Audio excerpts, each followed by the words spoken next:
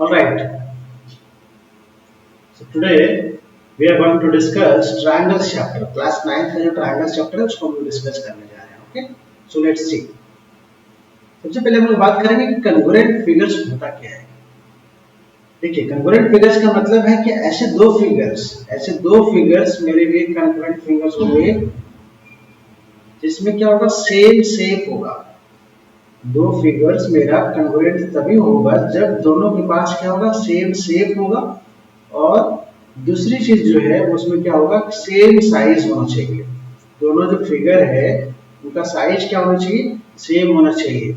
If two figures are having same shape and same sizes then we will say both the figures are convergent figures. Okay. Convergent means equal in all respect. Okay, shapes and sizes both are same. ठीक है. अभी यहाँ पे आप देखो ये दोनों A और B ये दोनों के पास कौन सा शेप है. ये स्क्वायर शेप में है, isn't it? ये स्क्वायर शेप में है. तो पहला जो मेरा रिक्वायरमेंट है कि सेम शेप होना चाहिए ये फुलफिल हो गया.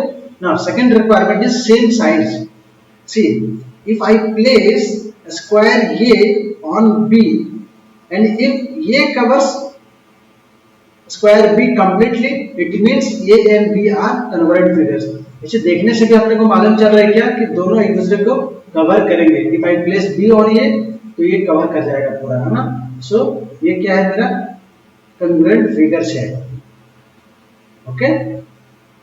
It is congruent figures. ठीक है. सेकंड देखो P and Q का जो बात कर रहे हैं उसमें देखो आप दिख रहा है शेप तो क्या है शेप मेरा सेम है. शेप दोनों क्या है स्क्वायर फॉर्म में है बट साइज सेम नहीं है. ये कुछ और साइज का है ये कुछ और साइज का है. If I place P on Q तो P Q को पूरा तरीके से कवर नहीं करने वाला है. और अगर आप Q को P के ऊपर प्लेस करने वाले हो तो भी क्या होगा ये क्या करेगा एक्सीड कर जाएगा पूरी तरीके से. इसको कवर करने के बाद में कुछ एरिया आ जाएगा. इसका मतलब ये कंप्लीट कवर नहीं हुआ. इसका मतलब क्या है ये नॉट कन्ग्रुएंट है. It is not congruent. ठीक है. इक्वल होना चाहिए ऑल रिस्पेक्ट में शेप और साइज दोनों में. ओके. थर्ड फिगर देखो एक्स एंड वाई. यहाँ पे क्या है शेप तो सेम है पर डायमेंशन सेम नहीं है साइज सेम नहीं है. इसलिए क्या होगा ये भी क्या होगा कन्ग्रुएंट फिगर्स नहीं होगा. Not congruent figures. Not congruent figures. ठीक है. ट्रायंगल्स चैप्टर्स की बात कर रहे हैं हम लोग बेसिकली. तो ट्रायंगल्स में जो वर्ड ट्राई आता है ट्राई का मतलब क्या होता है three. Okay. So in a triangle ABC क्या होते हैं there are three sides AB BC and AC. Okay. And there are three angles angle A angle B and angle C. Okay. As well as there are three vertices. Triangles में three vertices होते हैं. Okay. Vertex A, vertex B and vertex C. ठीक है. Actually पूरा जो discussion होने वाला है इस चैप्टर में वो क्या है कन्वर्जेंस ऑफ ट्रायंगल्स के ऊपर होने वाला है. ट्रायंगल्स को हम लोग कन्वर्जेंट करने की कोशिश करेंगे. ठीक है. So come to the next congruence of triangles. क्या करना है देखिए आप मान लो आप कि आपके पास एक ट्रायंगल ABC है. Okay. And there is another triangle PQR. Okay. If I place triangle ABC if I place triangle ABC on PQR and ABC completely covers PQR. इसका मतलब क्या हुआ दोनों ट्रायंगल्स क्या हुए कन्वर्जेंट हो गए. या फिर इसको आप ऐसे ही बोल सकते हो if I place triangle PQR on triangle ABC इसका मतलब क्या हुआ कि दोनों ट्रायंगल्स क्या है कन्वर्जेंट है. देखिए क्या कहना चाह रहा हूं मैं. अभी आप देखो AB का डायमेंशन कितना 4.5, PQ का डायमेंशन कितना 4.5, BC का डायमेंशन 5, QR का डायमेंशन 5, AC का डायमेंशन 4 और PR का डायमेंशन 4. इसका मतलब क्या हुआ अगर ये इसको कंप्लीटली कवर कर रहा है या फिर ये इसको कंप्लीटली कवर कर रहा है इसका सिंपली मतलब क्या है. इसका सिंपल मतलब ये है कि जो PQ है वो क्या कर रहा है कवर कर रहा है किसको PQ कवर कर रहा है किसको AB को. This PQ is covering AB. Cover कर जाएगा पूरा. Yes because dimension is equal. ठीक है. नेक्स्ट अपना जो QR है ये QR कवर कर रहा है किसको BC को. Why because both are having same dimension. Q R cover कर रहा है किसको, बीसी को। Okay, next P R, P R cover कर रहा है किसको, एसी को। Why, because both are having the same dimension. इसका मतलब P R covers, P R covers AC. ठीक है, यहां तक क्लियर हुआ।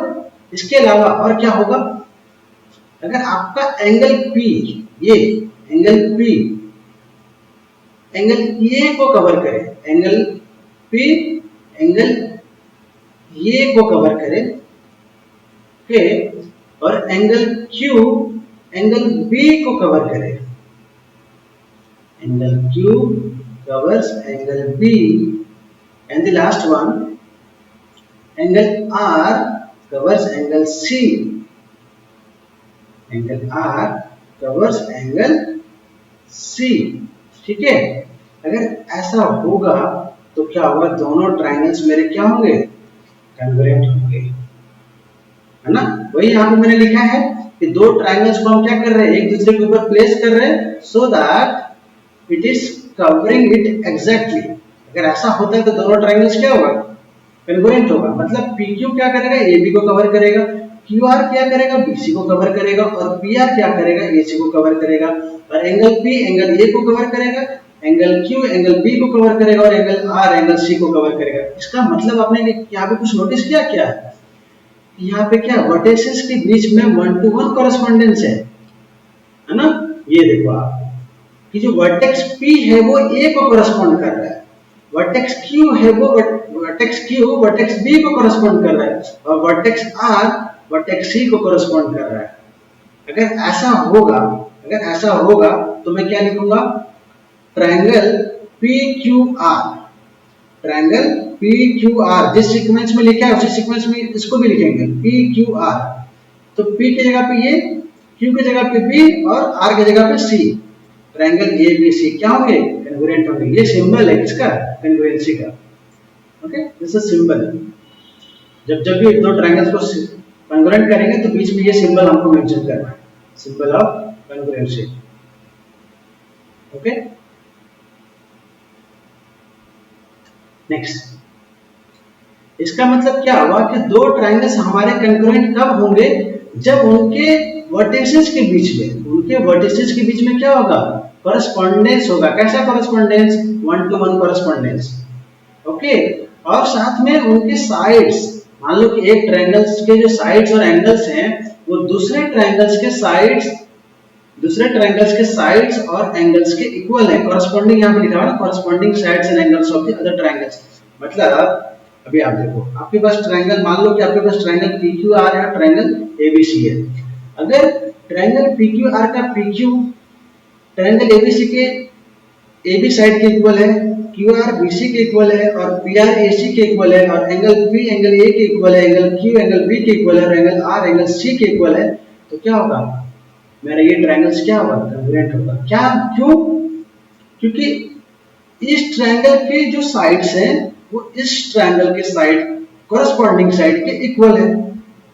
दूसरा रिक्वायरमेंट, एंगल्स, PQR ट्रायंगल्स के जो एंगल्स हैं वो ट्रायंगल्स ABC के कॉरेस्पॉन्डिंग एंगल्स के इक्वल है। मतलब ये क्या कर रहा है, मेरा कंडीशन को फुलफिल कर रहा है। और हम साथ में क्या देख रहे हैं कि P जो है वो A को कॉरेस्पॉन्ड कर रहा है, और Q B को कॉरेस्पॉन्ड कर रहा है, ओके, और R C को कॉरेस्पॉन्ड कर रहा है। मतलब हमको लिखना कैसे है, PQR, और P जहां पे है वहां पे ये, जहां पे Q है वहां पे P, और जहां पे R है वहां पे C, और बीच में क्या होगा, कॉन्ग्रुएंस का सिंबल। ओके, इसका मतलब क्या है, दोनों ट्रायंगल्स मेरे क्या है, कॉन्ग्रुएंट है। देखो मैंने यहाँ क्वेश्चन पूछा हुआ है आपसे, आप मुझे बताओ इसी सेम चीज के लिए, ये जो डायग्राम है, इस डायग्राम के लिए जो डिस्कशन चल रहा है उसके लिए पूछ रहा हूँ ये क्वेश्चन। क्या पूछ रहा हूँ कि is it correct to write triangle QRP congruent to triangle ABC? क्या ये राइट है लिखना? वीडियो पॉज करो और आप बताओ, कमेंट सेक्शन में मुझे बताओ क्या ये करेक्ट है। अगर आपको यहाँ तक समझ आ गया, यहाँ तक समझ में आ गया तो इसका आंसर आपको आना चाहिए। देखिए ये करेक्ट नहीं है, it's incorrect. It is incorrect, it is incorrect.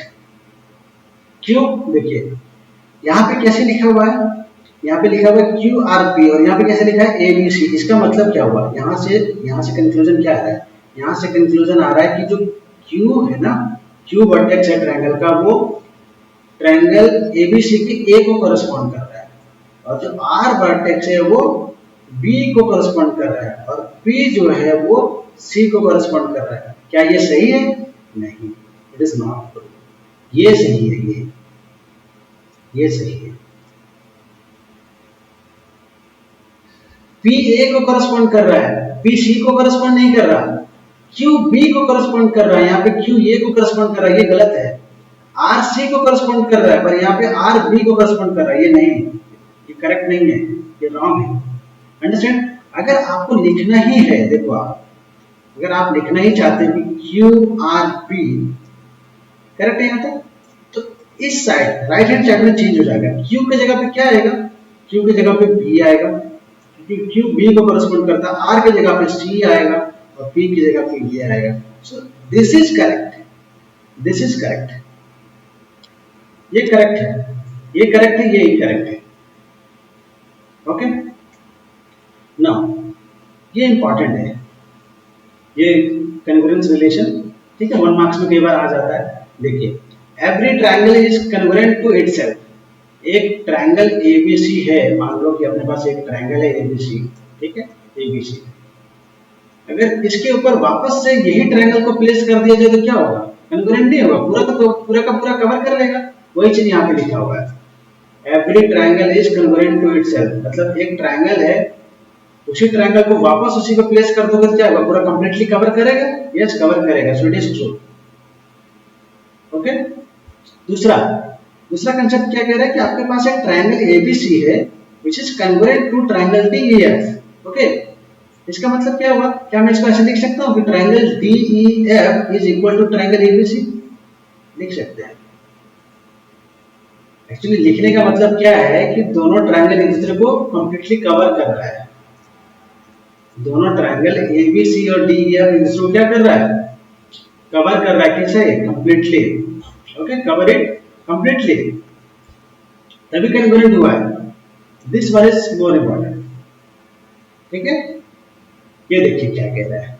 कह रहा है कि आपके पास एक ट्रायंगल डीईएफ है which is convergent to triangle ABC.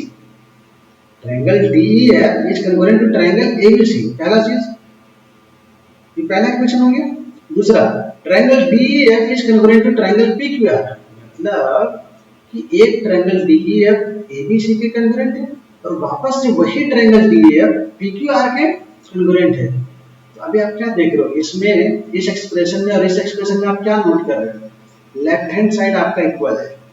Left hand side दोनों एक्सप्रेशन में क्या है? सेम है। तो राइट हैंड साइड को भी सेम होना पड़ेगा, which means triangle ABC is convergent to triangle PQR.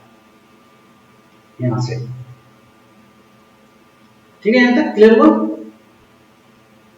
ये देखो, ये तो मैंने पहले डिस्कस कर दिया कि two figures are convergent if they are of the same shape and of same size. ठीक है, उसके बाद अभी मान लो कि आपके पास दो सर्कल्स हैं और दोनों सर्कल्स का रेडियस सेम है, तो क्या वो कन्वर्जेंट होंगे? हाँ। क्यों? क्योंकि शेप कैसा हो गया? सर्कुलर हो गया। और साइज क्या हो गया? साइज, उसका रेडियस सेम है ना, तो उसका सर्कमफ्रेंस भी क्या आएगा? सेम आएगा। इसका मतलब क्या? उसका साइज भी सेम है। ठीक है, two squares of the same sides are convergent. Okay, पहला जो स्लाइड था वही बात कर रहे थे हम लोग कि दो स्क्वायर को कन्वर्जेंट बोलेंगे अगर उनके साइड्स इक्वल होंगे तो। ओके, यहाँ पे देखो, ये काफी ज्यादा यूज होने वाला है, सो प्लीज कंसंट्रेट कीजिए यहाँ पे। क्या? When two triangles are convergent. अभी क्या है कि ये दो ट्रायंगल एबीसी और पीक्यूआर, क्या ये कन्वर्जेंट दिया हुआ है आपको? ठीक है, अभी कन्वर्जेंट प्रूफ करना नहीं है, कन्वर्जेंट दिया हुआ है ऑलरेडी, है ना। Let's say triangle PQR is convergent to triangle ABC, बोला ना कि दिया हुआ है। तो जब दो ट्रायंगल कन्वर्जेंट रहेंगे, ओके, तो उनके कॉरस्पॉन्डिंग पार्ट्स क्या होंगे? उनके कॉरस्पॉन्डिंग पार्ट्स इक्वल होंगे। If this triangle and this triangles are convergent to each other, तो इसका जो कॉरस्पॉन्डिंग पार्ट्स है इसके कॉरस्पॉन्डिंग पार्ट के इक्वल होगा। मतलब इस ट्रायंगल का पी क्यू, देखो आपको समझ आ रहा है, इस ट्रायंगल का पी क्यू, इस ट्रायंगल का पी क्यू इस ट्रायंगल के ए बी के इक्वल, ठीक है। इस ट्रायंगल का क्यू आर इस ट्रायंगल के बी सी के इक्वल, देखते चलो।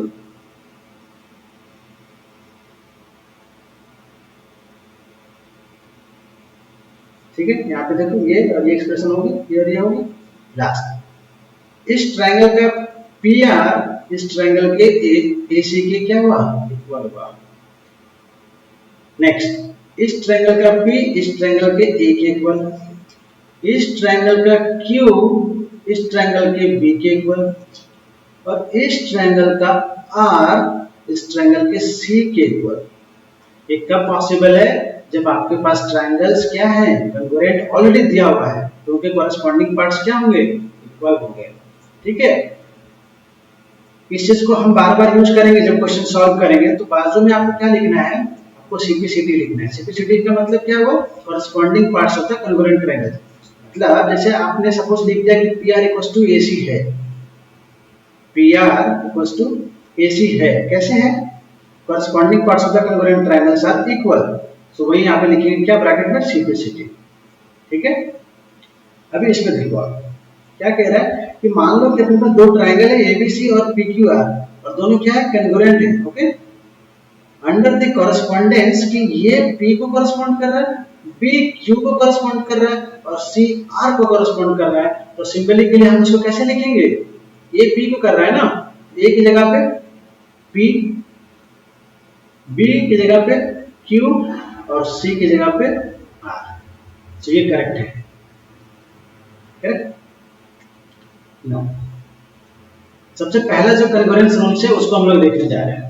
पहला कन्वर्जेंस रूल्स क्या कहता है, इसको हम लोग बोलते हैं एसएएस कन्वर्जेंस रूल्स। दो ट्रायंगल्स को हम लोग कन्वर्जेंस प्रूव करने वाले हैं ना, प्रूव करेंगे या फिर सॉल्व करेंगे क्वेश्चंस में, तो वहां पे यूज होगा। तो हम सबसे पहले क्या देखने वाले रूल, एसएएस कन्वर्जेंस रूल, जिसको हम लोग बोलते हैं साइड एंगल साइड कन्वर्जेंस। क्या बोलते हैं इसको, साइड एंगल साइड कन्वर्जेंस। इसका मतलब कि आप क्या करो, देखो आप ट्रायंगल एबीसी है और फिर दूसरा आपके पास ट्रायंगल पीक्यूआर है। ठीक है, पहला ट्रायंगल एबीसी है और दूसरा ट्रायंगल पीक्यूआर है। अभी आप देखो एबीसी में एबी कितना 2, करेक्ट है, और पीक्यूआर में पीक्यू कितना 2। इसका मतलब this side and this side is equal. ठीक है, AB is equal to PQ, यहां तक सही है। नेक्स्ट, BC का डायमेंशन और QR का डायमेंशन कितना 4 4। इसका मतलब this side is also equal to this side, this BC is equal to QR, correct है। Now this angle is 50 degree and this angle is also 50 degree, so we can write कि angle P और angle Q क्या है, equal है। अभी आपने एक चीज नोटिस किया कि ये जो एंगल है ना, ये दो साइड्स के बीच में आ रहा है। ये जो एंगल है ये दो साइड्स के बीच में आ रहा है। ये दोनों साइड्स कैसे हैं, ये दोनों साइड्स ऐसे हैं जो कि दूसरे ट्रायंगल्स के साइड्स के इक्वल हैं। इसका मतलब if two sides and the included angle of one triangle, इस ट्रायंगल का दो साइड और इंक्लूडेड एंगल, इसको मैं इंक्लूडेड एंगल बोलता हूं। इंक्लूडेड एंगल क्यों, क्योंकि दो साइड्स के बीच में है। और कौन से दो साइड्स, ऐसे दो साइड्स जो मेरे दूसरे ट्रायंगल्स में इक्वल हैं। ठीक है, are equal to two sides and the included angle of the other triangle. These two sides are equal to these two sides and this included angle is equal to this included angle. ये भी क्या है मेरा, ये मेरा included angle है, included angle है। अभी आप अगर इसके बारे में बात करो, इस एंगल के बारे में बात करो, इस एंगल के बारे में बात करो, तो ये क्या नॉन इंक्लूडेड है। क्यों, क्योंकि ये दोनों साइड्स के बीच में नहीं आ रहा है। मुझे ऐसे दो साइड्स चाहिए जो इधर इक्वल होना चाहिए। ये एंगल भी क्या है, नॉन इंक्लूडेड एंगल से। इसका मतलब क्या हुआ, इसका मतलब हुआ कि ये दोनों ट्रायंगल्स क्या है, कन्ग्रुएंट है। किससे, साइड एंगल साइड से, साइड एंगल साइड से, side angle side. ABC is congruent to PQR अगर मेरे पास दो साइड इक्वल हो और उसके बीच का एंगल इक्वल हो तो हम दो ट्राइंगल्स को क्या बोलेंगे? कन्वर्जेंट बोलेंगे यूजिंग एसएएस एक्सियम। ये एक्सियम है, इसको मुझे प्रूफ करने की रिक्वायरमेंट नहीं है, हम इसको डायरेक्टली यूज करेंगे। ओके, यहाँ पे मैंने ये आपके अंडरस्टैंडिंग के लिए लिख दिया है कि ये जो है वो P को करस्पॉन्ड कर रहा है, B जो है Q को करस्पॉन्ड कर रहा है और C जो है R को करस्पॉन्ड कर रहा है, और वाइस वर्सा, उल्टा भी बोल सकते हो आप। ओके, अभी देखो यहाँ पे कंसंट्रेट करना आप। यहाँ पे क्या कह रहा है जी? Equality of one pair of sides और one pair of sides and one pair of angle is not sufficient to give us congruent triangles. क्या इसका मतलब है कि अगर दो ट्रायंगल में सिर्फ एक साइड का पेयर इक्वल हो तो क्या वो कन्वर्जेंट होगा? नहीं होगा। मतलब अगर सपोज ये दोनों ट्रायंगल्स में मेरे पास सिर्फ यही रहता, तो क्या मैं दोनों ट्रायंगल्स को कन्वर्जेंट बोलता? नहीं। दूसरी लाइन क्या है? One pair of sides and one pair of angles. मान लो कि आपके पास ये साइड रहता, ये साइड इक्वल रहता और ये एंगल इक्वल रहता, तो भी क्या मैं बोल पाता कि दोनों ट्रायंगल्स कन्वर्जेंट है? नहीं। मतलब एक साइड पेयर अगर इक्वल हो तो भी ट्रायंगल कन्वर्जेंट नहीं होगा। दूसरा, अगर एक साइड पेयर इक्वल हो और एक एंगल पेयर इक्वल हो तो भी हम ट्रायंगल्स को कन्वर्जेंट नहीं बोलेंगे। क्यों? कितना रिक्वायर्ड है? देखो यहाँ पे दो साइड के पेयर चाहिए, है ना? टू पेयर्स ऑफ साइड चाहिए, दो साइड्स कम से कम चाहिए, दो साइड्स का पेयर और एक एंगल का पेयर, वन एंगल पेयर। ये मिनिमम क्राइटेरिया है, ठीक है? तभी जाके दो ट्रायंगल्स क्या होंगे? कन्वर्जेंट होंगे। ओके, उसके बाद देखो दूसरा पॉइंट तो मैंने जस्ट डिस्कस किया, क्या कि अगर दो साइड्स इक्वल हो और इंक्लूडेड एंगल इक्वल हो दोनों ट्रायंगल्स में तो दोनों ट्रायंगल्स क्या होंगे? कन्वर्जेंट होंगे।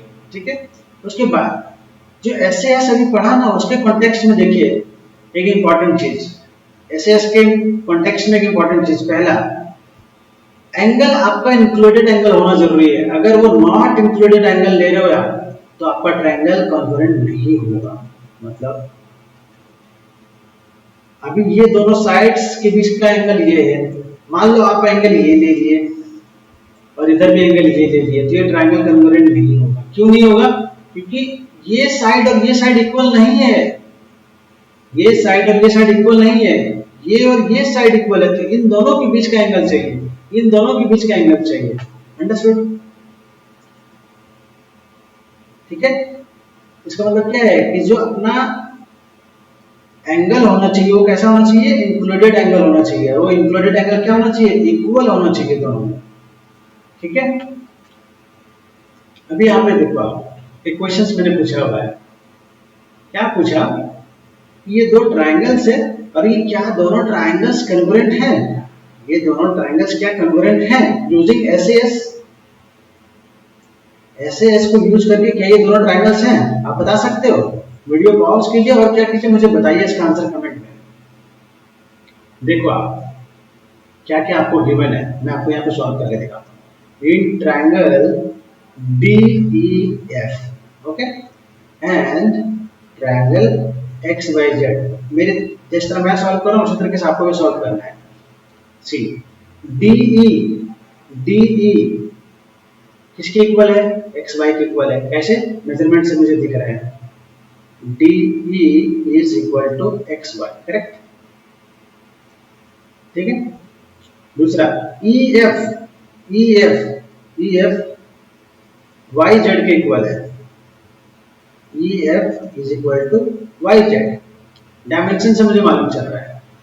ठीक है, अभी ये दो साइड और ये दो साइड इक्वल है, this side is equal and this side is equal। ठीक है, अब इन दोनों के बीच का एंगल होना चाहिए था, यहाँ पे इन दोनों के बीच का ये एंगल होना चाहिए था और यहाँ पे इन दोनों के बीच का एंगल ये होना चाहिए था, लेकिन इसके बारे में कोई भी डिस्कशन नहीं है क्वेश्चन में। कौन सा एंगल इक्वल दिया हुआ है आपको? आपको एंगल F दिया हुआ है और एंगल X दिया हुआ है, तो ये एंगल F जो है ये दोनों के बीच में तो आया नहीं, यहाँ पे एंगल X जो है वो इन दोनों के बीच में आया नहीं, जब आया नहीं तो क्या होगा, एंगल मेरा क्या है, ये नॉट इंक्लूडेड एंगल है। ये कैसा एंगल है, ये नॉट इंक्लूडेड एंगल है। और मुझे कैसा एंगल चाहिए, मुझे एसएएस में कैसा चाहिए, एसएएस में मुझे इंक्लूडेड एंगल चाहिए। लेकिन क्वेश्चन में जो दिया है वो कैसा दिया है, नॉट इंक्लूडेड एंगल दिया। इसका मतलब क्या हुआ, इसका मतलब क्या हुआ, ये ट्रायंगल्स कॉन्ग्रुएंट नहीं है। These are not congruent. Okay, these triangles are not congruent.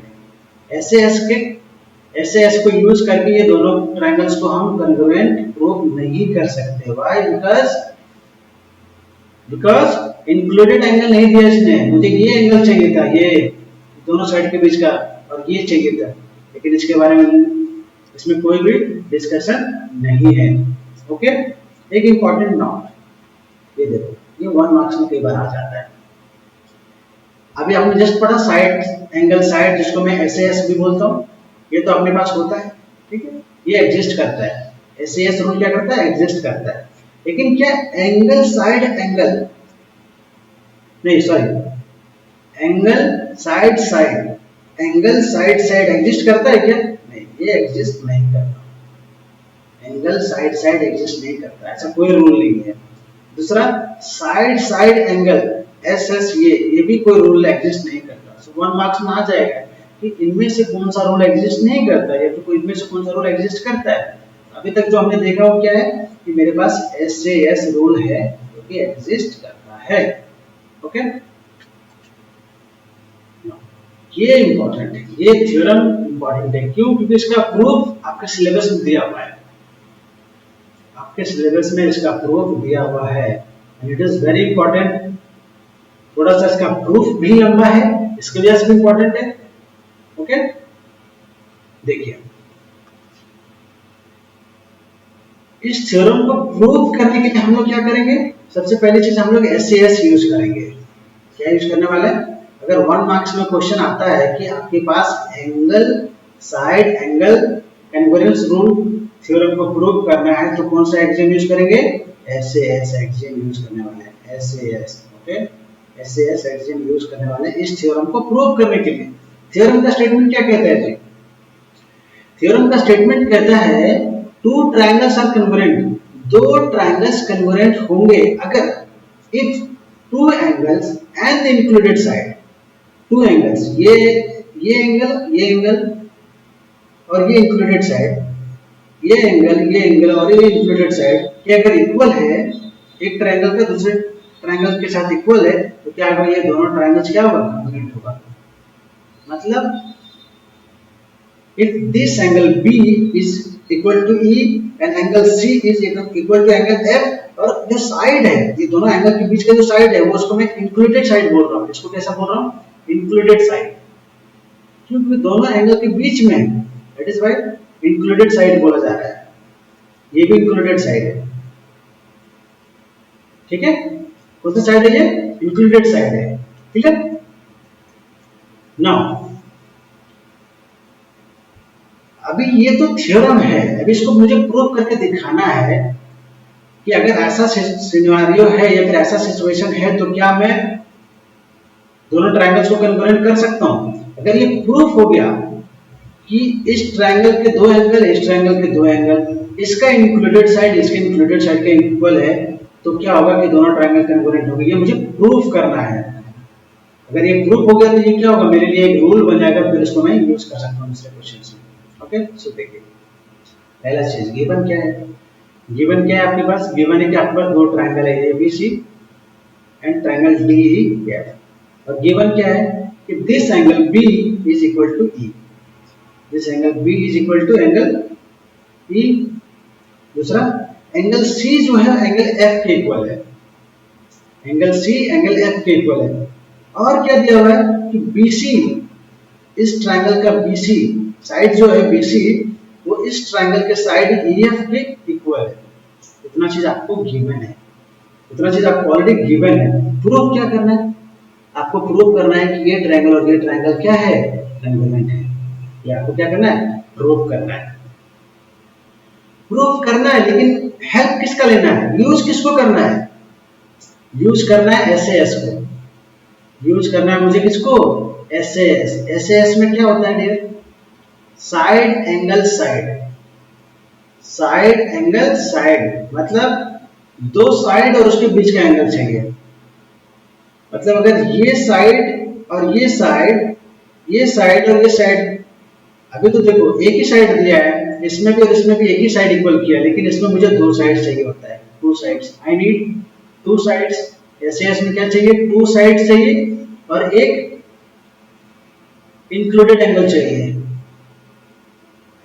एक इंक्लूडेड एंगल का पेयर चाहिए, राइट। यहाँ पे क्या दिया हुआ है, यहाँ पे एक ही साइड दिया हुआ है, दूसरी साइड के बारे में चर्चा ही नहीं किया है कि ए बी डी के इक्वल है, उसके बारे में कोई डिस्कशन नहीं है। AC DF के इक्वल है, ऐसा कोई डिस्कशन नहीं है। क्या करेंगे हम यहाँ पे, एज्यूम करेंगे, हम क्या करेंगे यहाँ पे, एज्यूम करेंगे। सी देखिए अभी यहाँ पे क्या हो सकता है, यहाँ पे तीन सिनारियो बनेगा।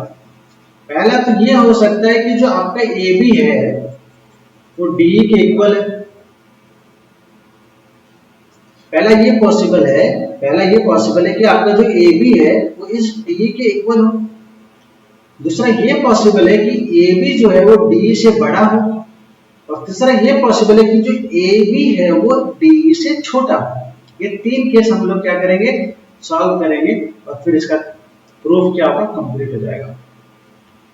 ओके, सो पहला केस मैं एज्यूम करता हूँ। पहला केस क्या है, पहला केस है मेरा कि AB जो है वो DE के इक्वल है, AB जो DE के क्या है, इक्वल है। इसका मतलब क्या हो गया कि ट्रायंगल ABC और ट्रायंगल DEF में क्या क्या हो गया, ये दो चीजें तो ऑलरेडी गिवन है।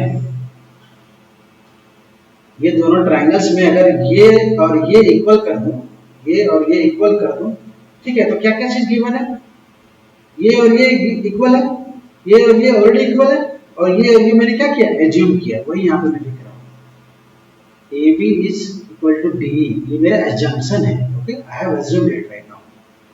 और एंगल B और एंगल E तो गिवन है, और साइड BC और EF क्या है, गिवन है, ठीक है। मतलब ये साइड इसके इक्वल, ये एंगल इसके इक्वल, ये साइड इसके इक्वल, इसका मतलब दोनों ट्रायंगल्स मेरे क्या हो जाएंगे, कन्वर्जेंट हो जाएंगे, किससे, एसएएस से, करेक्ट। चलो दूसरा केस, दूसरा केस क्या है कि AB, दूसरा केस क्या ले रहा हूं कि AB जो है ना, दूसरा केस ले रहा हूं कि AB जो है वो क्या है, बड़ा है, किससे, DE से। AB is greater than DE, देखो यहाँ पर मैंने डायग्राम बना दिया आपके लिए, AB is greater than DE, okay, ठीक है। तो हम क्या करेंगे कि AB पे एक पॉइंट लेंगे P, AB पे एक पॉइंट लेंगे P, और इस तरीके से लेंगे जैसे कि PB is equal to DE। ये जंक्शन है, राइट, ये गिवन नहीं है, मैं सिनेरियो एज्यूम कर रहा हूं। क्या किया कि AB is greater than DE, so I have taken a point P on AB in such a way that PB is equal to DE, okay। now अभी आप देखो मेरे पास एक ये ट्रायंगल हो गया, okay, so this छोटा वाला triangle and like this, okay, so in triangle PBC and in triangle DEF क्या क्या गिवन है वो देखो। पहला चीज PB is equal to DE, कैसे, कंस्ट्रक्शन में मैंने एज्यूम किया था ना, कंस्ट्रक्ट किया मैंने, सो बाय कंस्ट्रक्शन एंगल B और एंगल E इक्वल है, BC और EF क्या है, इक्वल है, कैसे, ये तो ऑलरेडी गिवन है, ये मैंने कंस्ट्रक्शन से लिया, मतलब side side this side, okay, side angle side, side angle side, इसका मतलब क्या हुआ, ये ट्रायंगल और ये ट्रायंगल क्या हो गए, कन्वर्जेंट हो गए, किससे, एस से, ओके। अब मुझे मालूम है क्या कि दो कन्वर्जेंट ट्रायंगल्स के कोरस्पॉन्डिंग पार्ट्स क्या होते हैं, इक्वल होते हैं, ओके। इसका मतलब क्या होगा, ये छोटा एंगल, ये PCB, PCB दिस पार्ट, पूरा पार्ट नहीं, पूरा नहीं, only this part, this part, यहां से यहां वाला part, PCB is equal to angle DF, है ना। इसका इस छोटे वाले ट्रायंगल का ये एंगल इसके एंगल के बराबर है, कहां से, सीधे सीधे से, तो दोनों कॉन्ग्रुएंट ट्रायंगल्स है तो उनके कॉरस्पॉन्डिंग पार्ट्स भी इक्वल होंगे। लेकिन आप देखो आपको गिवन क्या है, आपको गिवन है क्या कि ये जो एंगल एफ है जिसको मैं लिख सकता हूँ D F E, angle F which is written as DFE is actually equal to angle ACB, isn't it? इसी को दूसरे तरीके से लिखा है, DFE को मैं F लिख रहा हूं और C सिर्फ किसको लिख रहा हूं, ACB को। इसका मतलब क्या देख रहे हैं हम लोग कि राइट हैंड साइड इस एक्सप्रेशन का राइट हैंड साइड और इस एक्सप्रेशन का राइट हैंड साइड इक्वल है, लेकिन लेफ्ट हैंड साइड को भी इक्वल होना पड़ेगा। इसका मतलब क्या हुआ, PCB is equal to angle ACB, मतलब ये छोटा पार्ट इस बड़े पार्ट के इक्वल है, ये छोटा एंगल इस बड़े एंगल के इक्वल है। ये कब पॉसिबल है, ये तभी पॉसिबल है जब पॉइंट P A के साथ क्या करेगा, कोइंसाइड्स करेगा, isn't it? मतलब पॉइंट P जो है वो पॉइंट A है एक्चुअली, पॉइंट कोइंसाइड करेगा मतलब ये पॉइंट भी यहीं पे लाई करेगा, तभी ये पॉसिबल है। जब ये पॉइंट P A पे लाई करेगा इसका मतलब क्या होगा, जो हमने पहले एज्यूम किया ना, पहले जो हमने एज्यूम किया था कि AB और DE इक्वल है, वही चीज तो आ गया। ये मेरा एज्यूम गलत हो गया, AB DE के बड़ा नहीं है। यहाँ से पता चला कि P जो है वो एक से कोइंसाइड कर रहा है, मतलब AB और DE क्या है, इक्वल है। AB must be equal to DE। इसका मतलब ट्रायंगल ABC और DEF में क्या हो रहा है, एक तो ये मैंने जस्ट प्रूव किया, ये गिवन है, इसका मतलब क्या होगा, ये दोनों ट्रायंगल्स क्या हो गए, कॉन्ग्रुएंट हो गए ऐसे ऐसे, है ना, side angle side. Third case क्या है कि AB छोटा है और DE बड़ा है। ओके, तो हम क्या करेंगे कि DE पे एक पॉइंट M लेंगे in such a way that ME is equal to AC, sorry ME is equal to AB, ठीक है। तो अब देखो आपके पास दो ट्रायंगल है ABC और MEF, ABC और MEF, AB और ME equal from the construction, angle B is equal to angle E और angle BC is equal to angle EF, मतलब ये पार्ट इक्वल, ये एंगल इक्वल, ये साइड इक्वल। इसका मतलब क्या हुआ, ये दोनों ट्रायंगल्स, ये बड़ा ट्रायंगल और ये MEF, ये दोनों ट्रायंगल्स क्या हो गया, ऐसे ऐसे क्या हो गया, कॉन्ग्रुएंट हो गया। जब दोनों कन्वर्जेंट है तो क्या होगा, उसका कॉरेस्पॉन्डिंग पार्ट इक्वल होगा। इसका मतलब angle ACB is equal to angle MFE, ये वाला पार्ट, ओनली दिस पार्ट।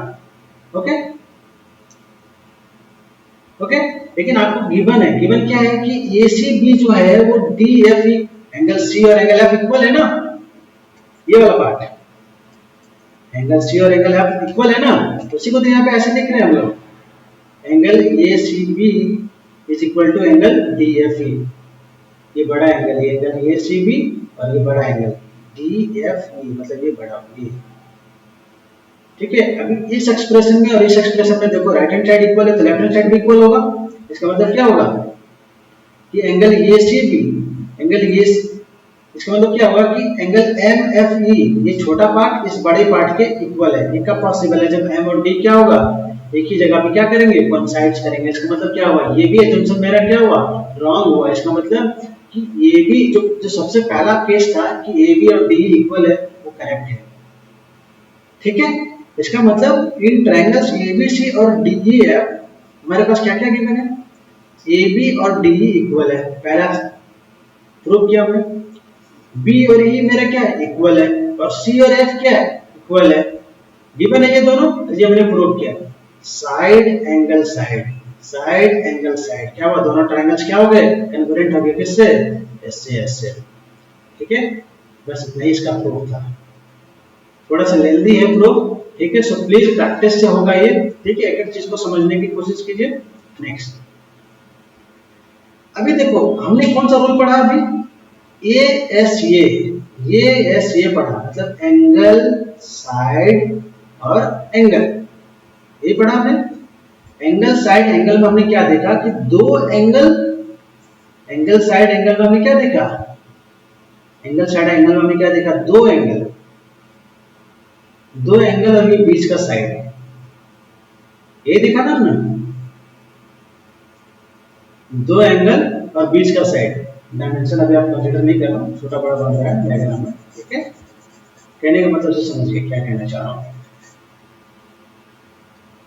क्या कह रहा है कि एंगल साइड एंगल रूल से ये कंफर्म हो गया कि अगर दो ट्रायंगल्स को मुझे कंग्रुएंट करना है तो मुझे क्या चाहिए, I need two angles and included side. दो एंगल्स इक्वल होने चाहिए और उसके बीच का जो साइड इंक्लूडेड वो भी इक्वल होना चाहिए दोनों ट्रायंगल्स में, ठीक है ना। ये क्वेश्चन का आंसर दे सकते हो आप? इस क्वेश्चन का भी आंसर दो आप मुझे कमेंट सेक्शन में, वीडियो पॉज करके पहले सॉल्व करो, फिर मुझे आंसर दो कमेंट में, फिर आगे का वीडियो देखो। क्या पूछ रहा हूं मैं यहाँ पे, देखो क्वेश्चन में मैंने आपसे पूछा है, क्या पूछा है मैंने आपको क्वेश्चन में, देखो क्वेश्चन में पूछा है कि आपके पास दो ट्रायंगल्स है और दोनों ट्रायंगल्स में क्या है, दो एंगल्स इक्वल है, two pairs of angles are equal, ठीक है, और एक साइड्स भी इक्वल है, एक साइड भी इक्वल है, two pairs of angles and one pair of corresponding sides are equal. इस ट्रायंगल में ये एंगल और इस ट्रायंगल में ये एंगल दोनों इक्वल है, ये और डी इक्वल, इस ट्रायंगल में बी और इस ट्रायंगल में ई इक्वल है, ये मैंने यहाँ पे लिखा है, angle A is equal to angle D और angle B is equal to angle E, और एक साइड जो इक्वल है मेरा BC, BC is equal to EF। अभी आप देखो इन दोनों के बीच का इंक्लूडेड साइड ये होता है, इन दोनों के बीच का इंक्लूडेड साइड ये होता है, लेकिन AB और DE के बारे में मेरे पास कोई भी डिस्कशन नहीं है, दिया ही नहीं है। क्या दिया हुआ है, BC और EF इक्वल दिया है, BC is equal to EF। तो ये तो मेरा कौन सा साइड है, ये मेरा नॉन इंक्लूडेड साइड है, दोनों एंगल के बीच का इंक्लूडेड साइड तो ये है, लेकिन दिया ये है। अब आपको बताना है कि क्या ये दोनों ट्रायंगल्स कंग्रुएंट होगा, पॉसिबल है। क्वेश्चन क्या है, ये इक्वल है, ये एंगल इसके इक्वल है और ये साइड इसके इक्वल है, क्या ये दोनों ट्रायंगल कंग्रुएंट हैं, ये आपको क्या करना है, बताना है। चलो देखो, अभी आप देखो एक ट्रायंगल में तीनों एंगल का सम कितना, 180 डिग्री। एक ट्रायंगल एबीसी में तीनों एंगल का सम कितना, 180 डिग्री, इसके भी तीनों एंगल का सम कितना, 180 डिग्री, ये एंगल इसके इक्वल, ये एंगल इसके इक्वल, ठीक है। चलो नो प्रॉब्लम, एंगल सी को फाइंड करने की कोशिश करते हैं। एंगल सी क्या होगा, इसको ऐसा लिख सकता हूँ, angle A plus angle B plus angle C is 180 degree, है ना, राइट। तो यहां से मैं क्या एंगल सी ऐसे लिख सकता हूँ, angle C equals to 180 degree minus ये ब्रैकेट्स के अंदर रखा है तो यहाँ पे प्लस साइन और एंगल बी लिख सकता हूँ, कोई प्रॉब्लम नहीं है। इसी तरीके से यहाँ भी करो, 180 डिग्री माइनस एंगल डी और माइनस एंगल ई,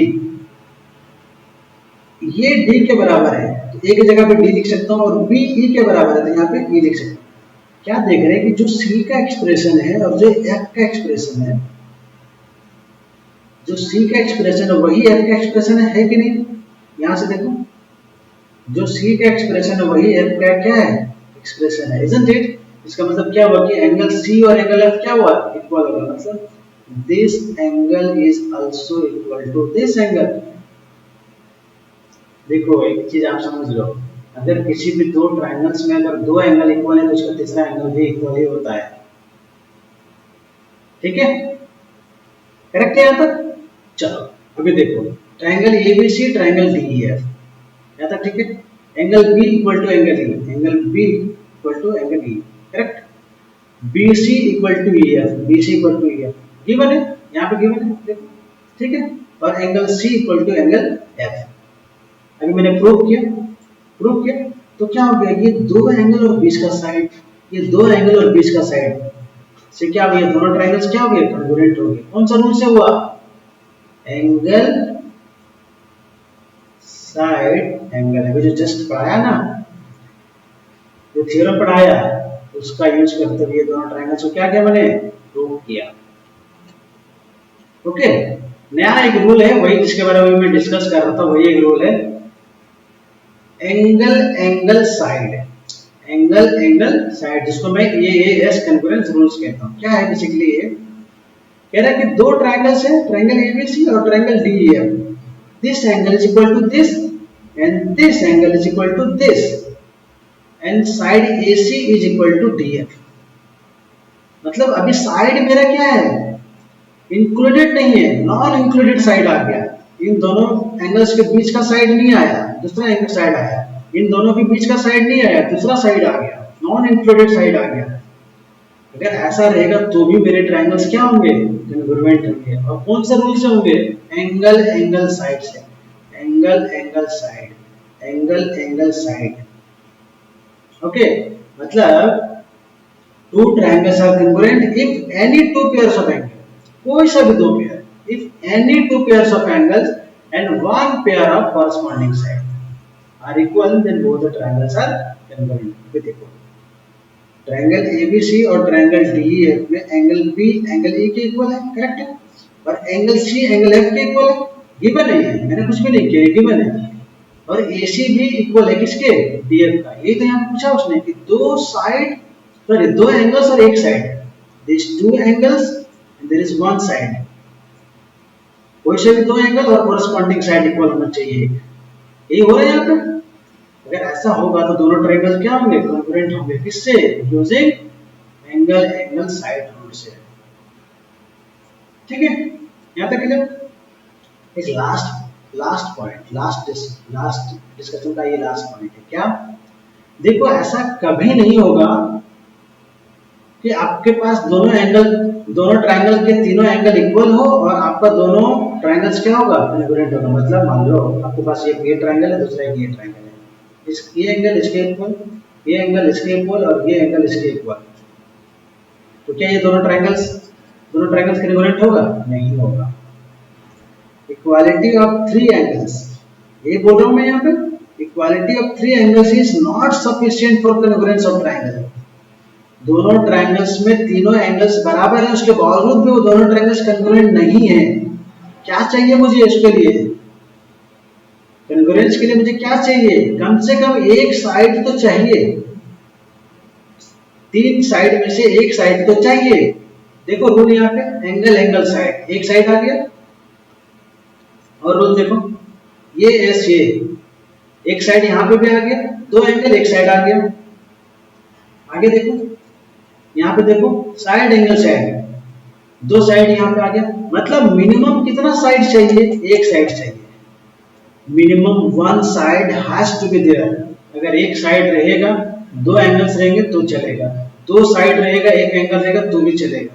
तो तीनों एंगल एंगल एंगल एंगल जैसा कोई भी कॉन्ग्रुएंसी हमारे पास नहीं है, ये बताना चाह रहा था मैं। एंगल एंगल एंगल जैसा कॉन्ग्रुएंसी रूल कोई भी मेरे पास नहीं है। Okay, that's it guys, thank you so much. And please इस चैनल को सब्सक्राइब कीजिए, एंड वीडियो से अगर कोई वैल्यू मिला, कोई लर्निंग मिला तो वीडियो को लाइक कीजिए, and please do it share with your friends and colleagues. Thank you so much, thank you so much, thank you so much guys.